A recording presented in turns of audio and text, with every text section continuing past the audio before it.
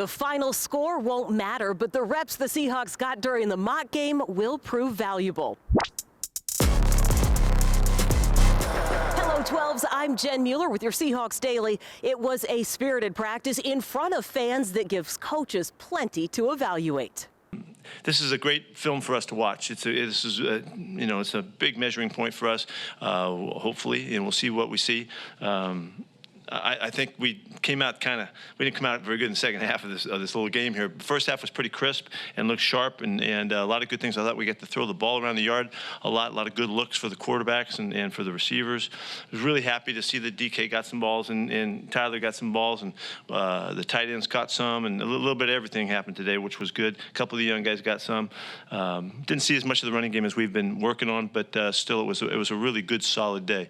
Today saw more mixing and matching with the quarterbacks. It is all part of the process as the competition plays out, with both focusing on their own individual efforts. I think I showed that, I can adapt really well.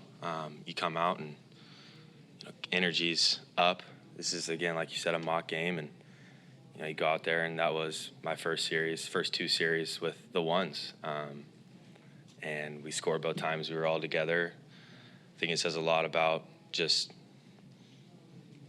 the feel aspect that I have of playing quarterback. You don't get a lot of reps to those guys. It's interesting when you watch DK run a route compared to basically anyone else in the world, Tyler as well, and to be able to go out there and feel confident, roll down the field and put points up on the board. It's what I wanted to do with those guys. It's what I wanted to show today, and I'm happy I did that. Right now, where I am mentally, I want things to progress and to go, but again, putting things back into perspective, it's only, a week into camp. And so all of us, we have to collectively come together, and we all have to mentally hit the same strides at the same time. So it's about having patience and really trusting the process.